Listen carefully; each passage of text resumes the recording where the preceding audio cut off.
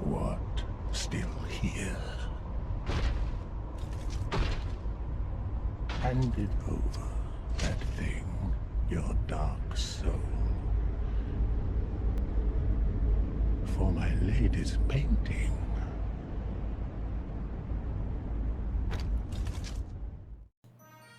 Hi, I'm a Cacturn, bent on ruining my day by failing at hardcore Nuzlocks. Last time, I bashed my head against the wall that was Renegade Platinum for about a month. And now I'm doing something arguably even more foolish, trying to play Pokemon White with only fossils. But Jones, you can only get one fossil in the whole game, and you're too stupid to win with just one. Well, yeah, of course. But I have a special version of Pokemon White that conveniently has randomly generated fossils in the box each time I restart the game. Thank John Nintendo for that. After choosing Tepig, since giving Bianca and Sharon the grass and water type starters respectively will make them a bigger challenge, we run to the PC the first chance we get. Inside are 9 beautiful fossils. So, here's how this works. Every time I can get a new encounter, I will roll a d8. Each number corresponds to one of the 9 fossils, except for Aerodactyl. I get Aerodactyl instead of a random one after I defeat Berg, because, speaking from experience, there is absolutely no way I can get past Elesa without it. So, say I roll a 1. That's a Kabuto. And if I roll an 8, that's a Turtalga. In terms of actually acquiring encounters, I get 1 fossil to replace my starter, and 1 in place of the Elemental Monkey. After that, it's 1 after every gym. If I wipe, I have Mr. John Nendo re-randomize my fossils so they have different natures and IVs. And after that, it's the normal hardcore Nuzlocke rules. If one of my fossils faints, they are dead again, and I have to rebury them forever. I can't use items other than held items in battle. I have to play on set mode, meaning no free switches whenever the AI has a Pokemon faint. No overleveling past the next gym leader's Ace/Elite Four member's highest level Pokemon before the start of their battle. I can only use these dumb sacks of rocks I found in my backyard, and I only get 1 as per the rules I already discussed. And finally, this isn't really a rule, but I did get permission from Mr. John Nendo to use PK Hex, to add in rare candies, and also gems, berries, and other items I can thief from wild Pokemon. You know, once I can legitimately steal them. So, here we go. We roll our magic d8, and we get a 2. Ammonite isn't too bad. Engineer here does a good job because she has the Shell Armor ability, and she's not weak to Panpour's Water Gun. We will still need a good mon in place of the monkey, though. At this point, you've probably noticed that this is actually attempt 14. The first attempt died after I wildly underestimated Lenore's Hungry Watchog. Then the later ones wiped to Elesa, and then half a dozen wiped to Cress's Dumb Water Monkey. That's because there's really only 2 encounters that can make it happen consistently. Arcan and Ammonite. Cranidos also can if she's lucky, but she needs a plus speed nature and good IVs or a lucky crit. Everyone else gets dumpstered. Lileep and Kabuto are especially trash, as they just have garbage tier movesets. Kabuto does get a little better as time goes on, but Lileep is just awful. Look at this. The only grass stab type move she naturally learns is Energy Ball, at level 50, and that's the Elite Four level cap. But I also have to leave her as a Lileep for that entire time, and that's not gonna work. But hey, I guess we're lucky to not get Lileep here because instead we get Cranidos. Gunner's attack stat is stupidly high, and while she is not the speediest little monster, she can still tank a hit or 2, as long as Cress doesn't crit. Speaking of Cress, we go to fight him. We start off by headbutting Lillipup as it just uses Workup. If I'm lucky, the Lillipup won't deal any damage by the time it goes down. Knowing Cress will heal now, I take a moment to use Focus Energy. Gunner gets a crit on the Panpour, she'll get us an easy win. But unfortunately we miss the kill on the doggy, but go unpunished since he just uses Workup again. Panpour outspeeds now to use Workup, and we don't get a crit, so we have to switch to Ammonite, because, speaking from experience, a +1 water gun will absolutely kill anything rock-flavored. Engineer the Ammonite comes in, but she still takes a lot of damage. She manages to barely come out on top, but that was scary. Rock and Stone, team. Well, now we can roll our next dice, and we get a 1. Yuck. Kabuto is not great for Lenora. But hey, worst comes to worst, Drailer here can be a friend for Lenora. Yep, friend. We also get access to the Thief TM after we beat up some Ren Fair cosplayers, and so now we have infinite Oran Berries, gems, and other goodies like Hardstones and Expert Belts. Now we reach the city and... Sharon, can you just leave me alone for 2 seconds? Seriously. Keep saying, come here, every time I turn a corner. Yeah, that's right. Run away. Take your stupid berries with you too. I don't believe in status conditions. Well, we reach Lenora pretty quickly, and we head into battle. Her Herdier intimidates Engineer as she enters. We use Water Gun while it just uses Takedown twice and does minimal damage. Then we get a lucky crit from Water Gun, and it takes her down next turn. Watchog comes out and immediately lands Hypnosis. Okay, so it turns out sleeping is an essential function of fossils. Whoops. I thought because they were prehistoric they'd have done enough sleeping, but I guess not. I send in Driller, and she has a black belt equipped. They can be thiefed from Bert or Ernie outside Pinwheel Forest. This would be good with Rock Smash, if Rock Smash wasn't such a bad move. How is it strong enough to break rocks? Like, it can't even break the skin on this dumb rat. Driller eats a crunch on the switch-in, and then she also gets put to sleep. Love that for her. Last Vaughn who isn't sleeping on the job is Gunner, so we send her in.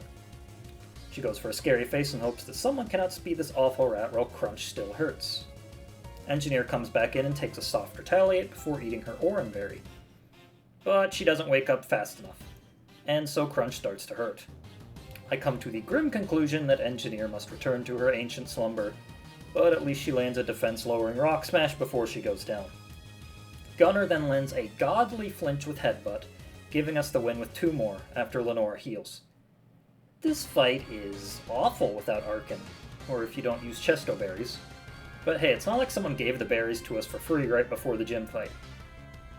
Well, we replace one dead rock with another, this time rolling a 6, and getting a shield on. This is actually bad, but it's not Haxie's fault. Rather, it's because I have nothing that can stand up to Berg's Leaf Annie. It will outspeed and kill everything in one hit with Leaf Blade. And again, this Blade of Grass deals more damage than Rock Smash. Especially against rock types. Like, who designed that move? In Castelia, we do get some really good items like Eviolite, but even with that boosting her defenses, Haxie still needs to get exceptionally lucky to beat Berg. As you may have seen before, I do tend to get a little lucky when I need to, sometimes, but I'm also stupid and unfortunate other times, so let's see which one we are with Berg. The fight begins, and we lead with Haxie while Berg throws out Whirlipede. With Eviolite attached, Haxie is exceptionally tanky against everything Berg can throw at her right now. The Whirlipede can only tickle us with Struggle Bug while we use Attract. Then, on the following turns, we set up Iron Defense. And now I bet you can see where this is going. We need to buy some time against this thing to set up our defenses, and then we have to do the same thing to Leaf Annie and hope that Attract keeps us alive. So yeah, this is, probably doomed. After maxing her defense, Shieldon whittles down Whirlipede with Tackle, and then Leaf Annie comes out, and immediately slams Haxie with a Razor Leaf. We attract, but Leaf Annie isn't being a simp quite yet. Then Leaf Annie gets a Razor Leaf crit, so we're probably screwed. We have barely enough health to survive another one, but I'm already preparing the dice roller. But then, in a glorious stroke of luck, not only is Leaf Annie immobilized by his love for Shieldon for several turns, he misses a Razor Leaf, while Haxie then pokes his shin to death. All that's left is Dwebble, but Gunner can easily take him out with a few Rock Smashes. Hey, it actually smashed a rock this time. Well, now it's Aerodactyl time. Mission control here is basically the only way to beat Elesa, because her 2 dumb squirrels here outspeed every other fossil, and probably kill them in one hit, except for maybe Shieldon. And Shieldon, of course, does next to no damage against them because her attack stat is as mighty as the Rock Smash HM. Our Aerodactyl ends up being timid, which is okay, I guess. The minus attack is not good, but the plus speed means we'll outspeed everything, I guess. Except Aerodactyl kind of does that already. So maybe this is just bad. Regardless, we beat up Bianca and Sharon outside Castelia, and then in the desert, we get Dig, Rock Tomb, Soft Sand, and the Black Glasses items. All of these are crucial at some point in the run, but for now it's especially Rock Tomb and Dig. We also fight N, but he's pretty easy with the Aerodactyl. In my earlier attempts, I restricted the Aerodactyl till after the 8th gym, but since his Sigilif demolished me otherwise, and then the one time I got to Elesa, it was a bloodbath, so I kind of realized I needed Aerodactyl. Well, let's see how Mission Control does. This time, our band of fossils struggles through gym trainers because Omolga is still a health spawn that I can only reliably take down with Rock Tomb. And I hate Rock Tomb more than Rock Smash, because at least Rock Smash always hits. Rock Tomb says it's 80% accurate, but that's because Mr. Ninjando messed up the numbers in the UI. The 0 and the 8 are supposed to be switched, meaning that Rock Tomb is actually only 8% accurate. But we have no other Rock-type moves that can OHKO the Emolgas with Mission Control, so let's just pray we can actually hit with this awful garbage attack. The battle begins and we lead Mission Control. And, well, we use Rock Tomb and miss. Well, that's great. Volt Switch really hurts, but as long as we don't miss again, we're fine. And then we miss again. And my Aerodactyl dies to the second Volt Switch. I hate Rock Tomb so much. So much. It is the worst move ever designed. I hope whoever decided its accuracy is doomed to the life of being buried in a torrent of stones that actually hits them. Endlessly. Forever. Well, we're probably screwed. Gunner comes out and does manage to take out one Emolga with Rock Tomb, but she's too weak for the second one. So we send in Haxie, and Volt Switch still hurts really bad. Emolga switches out as Zebstrika just uses Pursuit and then Quick Attack for some reason. Okay, maybe Elisa's stupidity gives us some hope. We use Digs, and despite my fossils loving an excuse to get status conditions, Haxie doesn't get paralyzed by Spark. She takes it down and manages to score a clutch critical hit against Emolga. Haxie, great job. Mission Control, you know what? Just go back in your hole. You were meant to stay in prehistoric times. Well, we did get the 4th gym badge, but losing Aerodactyl is catastrophic. It's honestly worth resetting, but I keep going anyways. I just roll a d4 now since we only have 4 fossils in the box, and I get a 1. Which is a Lily. We do at least have Grass Knot, which is kind of good for Clay, but Lily is still just so bad. Sorry, Molly. But before I can even worry about Clay, I need to fight Sharon. And of course, his Duat gets a crit into a defense drop at the worst moment. And then it breaks through a tract. And then kills everyone but Kabuto. So, this is a reset. Because I can't beat Clay, or anyone, really, with just a Kabuto. Maybe I'm being too harsh on Driller here, but I just don't think she has it in her. So, onwards to attempt 15. We roll a 4 for our starter, which is Scout the Anorith. I'm not actually sure how well she does against Panpour, but I don't expect too well. She does have Battle Armor, which means she can't get crit, and also an Adamant Nature, which is really good because it boosts her attack at the cost of special attack. We then roll a 5 for our Monkey replacement, and get Cranidos. Cress is looking tough, but doable if we're lucky. Onwards to Cress, Gunner destroys the Lillipup with Pursuits and Headbutts. And then Panpour comes in. And then immediately gets the worst timed critical hit in history.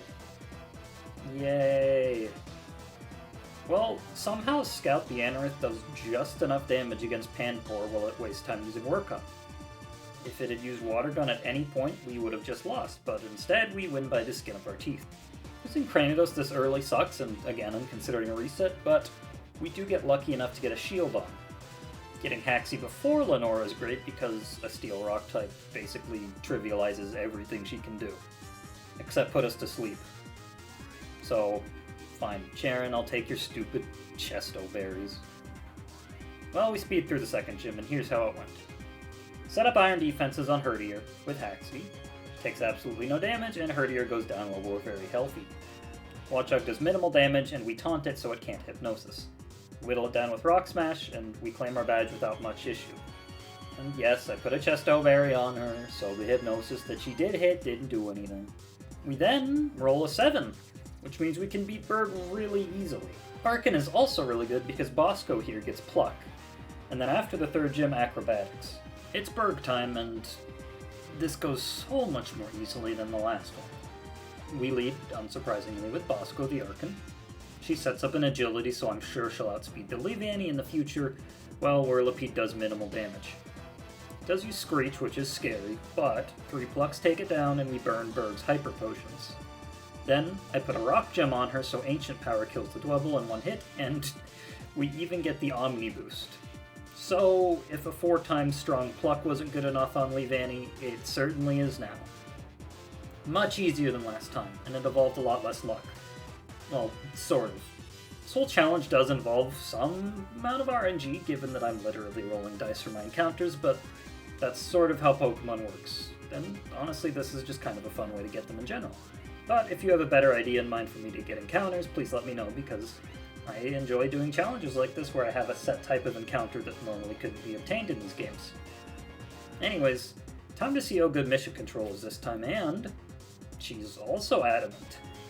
That's amazing, but I'm more interested to see if she can actually hit 2 Rock Tombs. I do collect a Wide Lens in Castelia, this time, by trading with John Ninendo 5 times to give us a better chance. But Rock Tomb will still have a 12% chance to miss. And it's really 50% because either it hits or it doesn't, so yay, time to fight Elesa again, oh boy, can't wait. In addition to the Wide Lens on Aerodactyl, I put Eviolite on Anorith, since she's our best answer to Zebstrika to counter with Dig. I'm also willing to sack Arkin if I have to, since Aerodactyl is more or less just better at this point, since Defeatist is really not an ideal ability, especially later in the game. So, here we go. I lead mission control, and we go for Rock Tomb, and oh thank god we hit. And we do it again. Thank you, mission control. Rock and Stone, sister. We do miss the third, though, and barely survive a spark on the Zebstrika. Now I send in Haxi, grateful that Zebstrika didn't use Pursuit. I'm not sure why Elesa decides to use it against other Pokemon, but hey, I'll take this. Miss yet another Rock Tomb, and now Haxi goes down. You know, when I said it was 50% accurate, I guess I was really right. Anorith is safe at least and manages to take out Zebstrika with 2 digs after she just uses a Hyper Potion. So yeah, so much for sacking Arkin, but oh well. We win, but in short, I still hate Rock Tomb. At least we have Aerodactyl though. Now to get our new fossil. We roll a 3, meaning Lily. Again. Okay. Well, again, good on Clay, but first, once more, we have to try and beat Charon. I'm going to try a little harder this time, but I have Aerodactyl, so this should be a lot easier. I lead Bosco, slamming the Leopard with a dig while it just lands a soft Pursuit, and then a Torment after we dig again. It goes down, and Duok comes out. I put a Flying Gem on Bosco, specifically so that her Acrobatics does catastrophically high damage, killing Duok before it can do any shenanigans. This is the one advantage she has over Aerodactyl. Aerodactyl can't learn Acrobatics, and Flying Gem boosted Acrobatics does a stupid amount of damage. I googled how much damage it does since I majored in writing words and not writing numbers, and I found this. Acrobatics only has a measly 55 base power on paper, but that doubles to 110 when the user isn't holding an item. But the Flying Gem takes it one step further. Once you use the move, the gem is consumed on the same turn, so it essentially multiplies the 110 by 50%, resulting in a massive 165 base power. So yeah, that's absolutely insane. At this point in the battle, everything's easy because all Sharon has left is a Pansear and a Tranquil. Okay, so this is my furthest run now.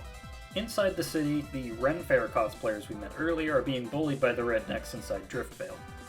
I feel a little bad for them when I just find them freezing to death inside the cold storage. But before I can help them out, Clay just flat out arrests them. At least this nice man named Getsis bails them out. He seems like a kind gentleman. Clay, however, is not a kind gentleman. He's kind of a piece, so we fight him, meeting Molly the Laleep. And she has a minus special attack nature, which is kind of bad, since we only get 2 special attacking fossils out of the whole bunch, that being her and Engineer the Ammonite. Well, Molly unfortunately immediately hits herself with a swagger, so I have to send in Bosco. Bosco's ground gem slants Croc with a dig, and then she gets swaggered. I was really hoping to save that gem for Excadrill, but oh well. While Clay heals, I send Molly back in, and she gets swaggered again. But she actually lands Grass Knot this time. She breaks free, only to immediately get confused again. But she does come through to land another Grass Knot, except that one. But she does land the last one against Palpitoad, now being on 19 HP. And that's kind of bad. Excadrill could use a random move here since the Leap is at such low health, so whoever I send in might just get hit by a Bulldoze, or they could get hit by Rock Slide, which would kill pretty much everyone. So I need to sack here. And I was willing to sack Bosco in the Electric-type gym, so sorry buddy. But with her sacrifice, Mission Control can come in, slam Clay with a Rock Smash twice after she survives on 19 HP after a Rock Slide. I'm sorry, Arkin. But thanks for the acrobatics. Surely I won't need that insanely powerful move to OHKO a Pokemon in the future. Well, now we can get another encounter, so I roll. And we get a 5, which is a Tortauga. Bryson is looking a little scary, but that's only because this lead Ice Cream Cone can raise its defense a few stages and then mess us up with accuracy nonsense Mirror Shot. His Bear also does have a very high attack stat and Brine, so I need to be a bit careful of that too. First is Skyla, but I doubt you're expecting the Flying-type Gym Leader to be hard into my Rock-type Pokemon. We clear the way to Skyla, having to fight N and a bunch of trainers in the process, and then really the only preparation left to do is teach Aerodactyl Thunderfang, now that we have access to the move relearn, so here we go. We lead Mission Control into Swoobat, who kills it with 1 Crunch. And then 1 Thunderfang is also enough for Swanna. But Unpheasant needs 2. And then it dies. So Skyla got 1 move off that entire battle, and it was Leer. Easy. After N talks to Aerodactyl, who apparently thinks we are the bee's knees despite waking her from the dead and forcing her to fight for our amusement, we roll our dice. Out of the 2 remaining fossils, we get Kabuto. Now, in my notes for this, I complained, but past me, come on. We had 2 fossils to roll from. And it's not like a level 39 Ammonite was gonna do much, idiot. We rush through Twist Mountain and end up in Icarus City. Get the Brick Break TM here, and while clearing through Bryson's gym, I get a nice surprise. Tortauga evolves before the level cap. I had thought all fossils evolved at level 40, so this actually makes me feel better about the fight.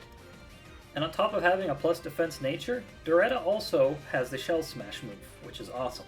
Time to fight Bryson. I lead Doretta to bully the Vanillish. Everyone hates on the Ice Cream Cones, but come on. Look at how happy this idiot is. How can you despise this thing? After it uses Acid Armor a few times, I keep beating him up with Smackdown. Mirror Shot isn't doing too much to us, and luckily doesn't drop our accuracy, so we keep hammering away with Smackdown and then finish it with an Aqua Jet. We manage to tank an attack from Beartech and knock him out with relative ease too. He's playing a little risky with crits, but it worked out. Then Cryogonal comes in, does some limited damage with Ice Beam, and Doretta manages to tank it and then KO with a single move.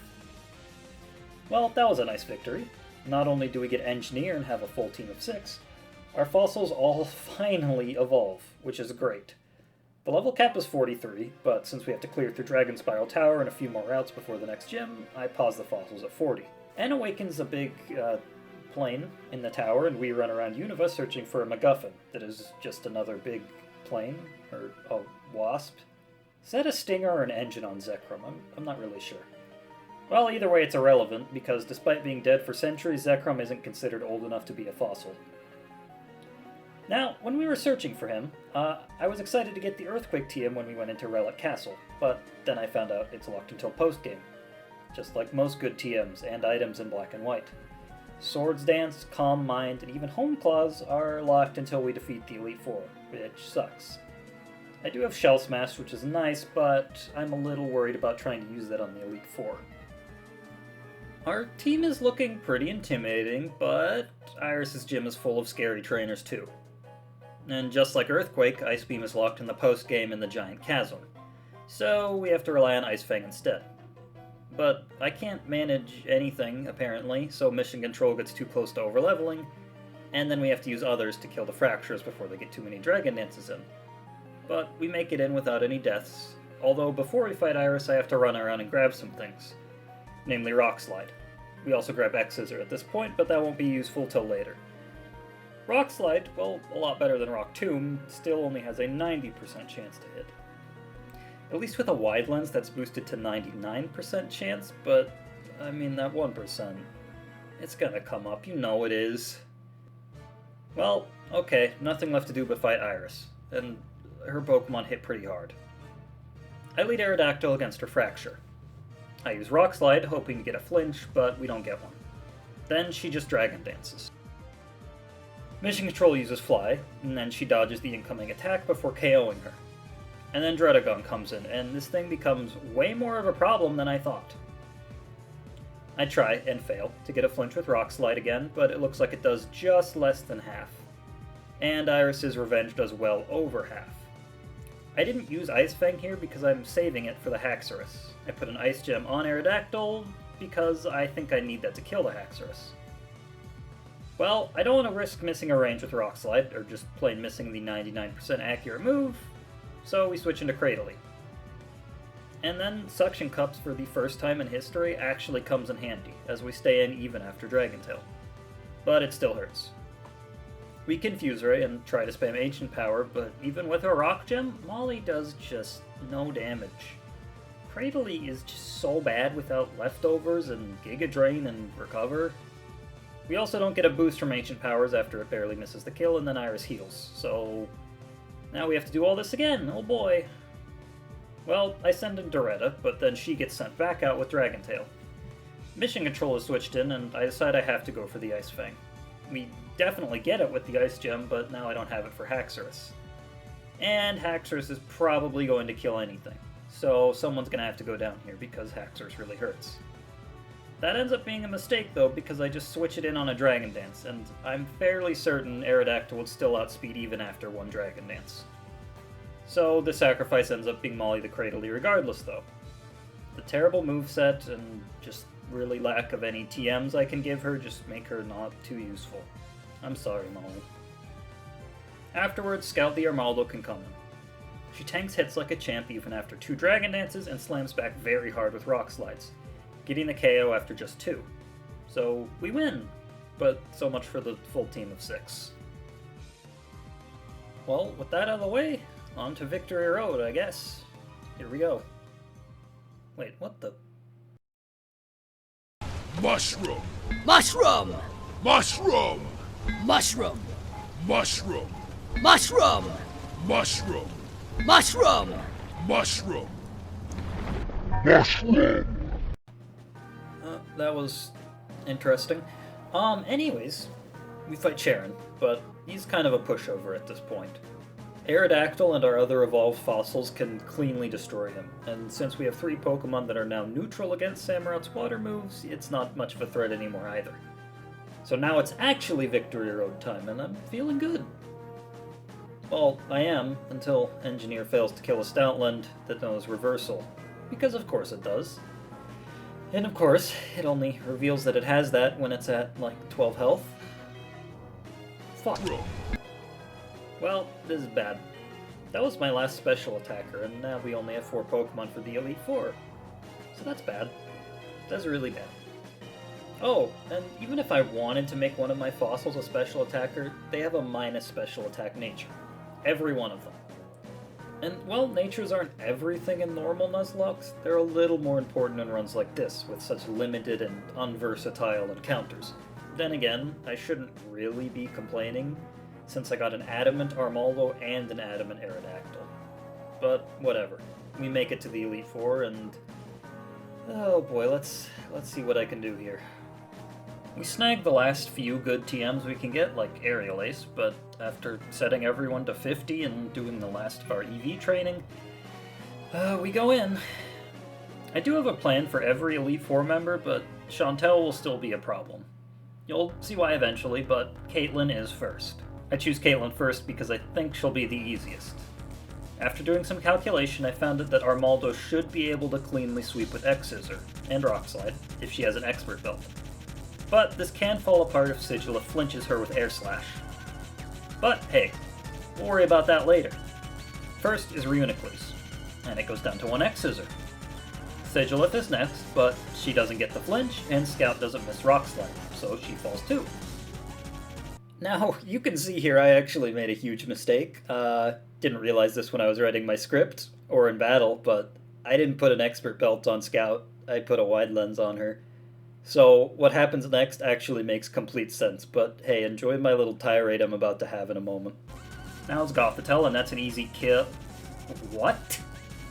Okay, according to my calcs, the only way this thing lives is if it has a plus defense nature and near perfect defense IVs. God damn it. Well, we're doomed. I've pretty much lost all hope at this point. That said, Aerodactyl is able to clean up with a few crunches, but this sucks. Maybe I should have just done this in the first place, but Aerodactyl would not have been able to kill any more than Armaldo, since her attack stat is actually slightly lower due to IVs and whatnot. And now I have to redo all my plans. Likely so I can just wipe to Marshall or Chantel anyways, but whatever. We have to fight Grimsley first, and it doesn't seem too bad. I lead Aerodactyl with the Sharp Beak. With that attached, she should be able to OHKO everything except Bisharp. Mission Control slams Scrafty with Fly, and then the Bisharp comes out. I know it's going to go for Metal Claw, so I send in Driller, and then I realize I forgot to teach her Brick Break. At the very least, Waterfall does huge damage, and we get a flinch, so we're good. And even without the Water Gem on the following attacks, it's still a 2-hit kill. Well done, Driller. Crocodile is next, so I switch Aerodactyl back in on an Earthquake. Ice Fang destroys it, and then Liepard comes out, but it's a Liepard. So it dies to one fly. That was actually the easy one. Next is Marshall, and every single one of his Pokemon has a super effective move that can certainly kill my Pokemon if they get a crit. It'd be great to have Battle Armor on my fossils, but Scout died, and for whatever reason, Kabuto and Ammonite had their abilities shift to Swift Swim when they evolved. So now I just have to pray we don't get crit. We land a Fly, and OHKO Throw, and then Sock comes out. Sock has Sturdy, which is a problem, and since Stealth Rocks isn't a TM I can get in white, I can't set anything like that up. Thank God we have TMs like Rock Smash in place of that, though.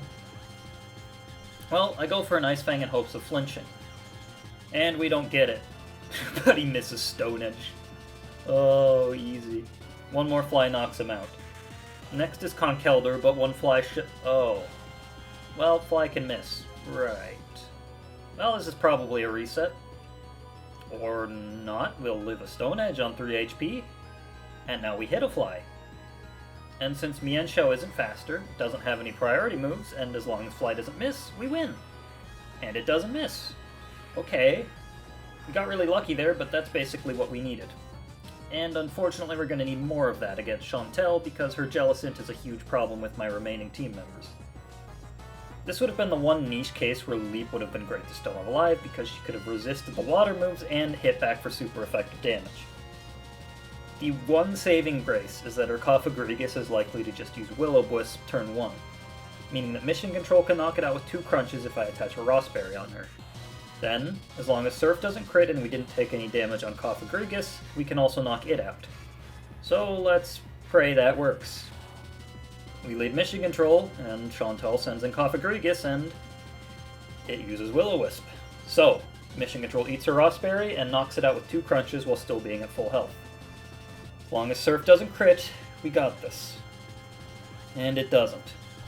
Mission Control does need 3 crunches to take it out, but we burn through all of Chantel's full restores by doing this. Then Chandelure comes out, and I just make a mistake by sending in Kabutops, who gets slammed by Shadow Ball. I now have to sack Doretta, so a Rock Slide can kill, but this is bad. I didn't do this originally because I was afraid of, well, missing a Rock Slide, but this was just objectively wrong. Neither of my fossils left have high enough special defense to be able to take a Shadow Ball. So that was still a total waste of Doretta, though. I'm sorry, Tortoise. So much for Shell Smash sweeping N, or Gatsus. Golurk comes in, and I can't really switch, and so even though Aerodactyl was able to kill Chandelure, and after she carried so many fights, mission control goes down. Kabutops is able to finish, but we have one Pokemon going into N, and gets us. We're probably screwed. Well, I think we can all agree this seems pretty doomed, right? But Kabutops, I know I've been dunking on you this whole run, and I know you actually do have relatively high attack, and with Swift Swim, if we're in the rain, we might be able to outspeed every one of N's Pokemon, so please. I'm sorry. I need you. You could not live with your own failure. Where did that bring you? Back to me. I teach Driller Rain Dance, and I use our last 4 rare candies, and then a 5th one I find in Ed's bedroom, on Kabutops. I know this does go over the level cap, but come on, I have 1 Pokemon against Ed's team, and he has a legendary dragon as his lead. So, sure, maybe this invalidates the run, but who gives a shit? Mushroom! I doubt I'm gonna win regardless, but yet, still, I hold on to a glimmer of hope. We fill our party up with the dead bodies of our fossils, so Zekrom won't appear in our party. I can still only use Kabutops, and if she faints, we lose. But, well, HM Jane, welcome to the champion fight. We catch Zekrom, get stuffed into the box, and we go to fight N. N sends in Reshiram. We send in Driller. As long as she doesn't get crit turn 1, she can safely set up the rain. However, there is another problem. Even with a Rock Gem attached to Kabutops, she still only has an 85% chance to hit a range to kill Reshiram. On top of that, Rock Slide also has about a 10% chance to miss. So that's like, what, a 25% chance of something going wrong here? And that's also not accounting for a potential crit on turn 1.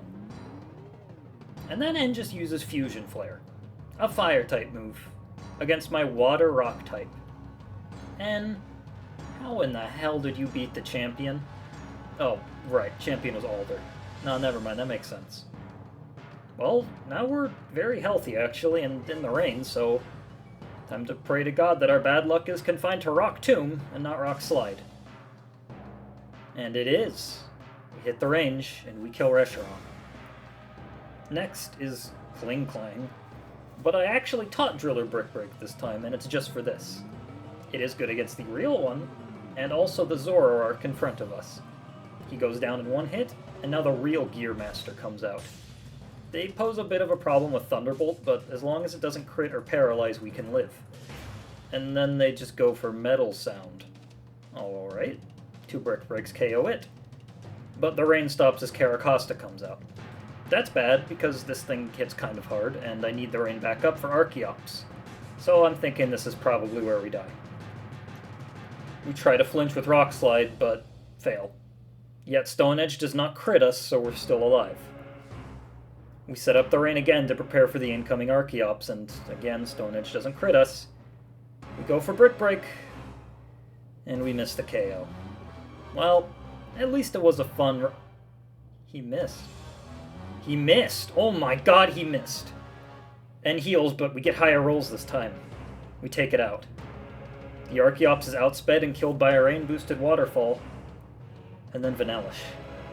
An ice cream cone is all that stands in the way of victory. We have to use Rock Slide since Brick Break won't kill. Please hit. And we do. I just beat N with only a Kabutops. Driller, you're a queen. You walked the first half of the game so we could run in the end. Well, we win and become champions of the universe. Oh. Right, gets us. Well, look, it shouldn't come as a surprise that I can't even get past Getsus' Toxic Stalkoff Egregious, but Getsus technically isn't the champion, so I win? I'm gonna count this as a technical win. Maybe I shouldn't, but either way, this was a really fun run, and it feels complete enough. That Elite Four was really interesting, even if things went catastrophically wrong, and I think there's also a lesson in that. don't give up.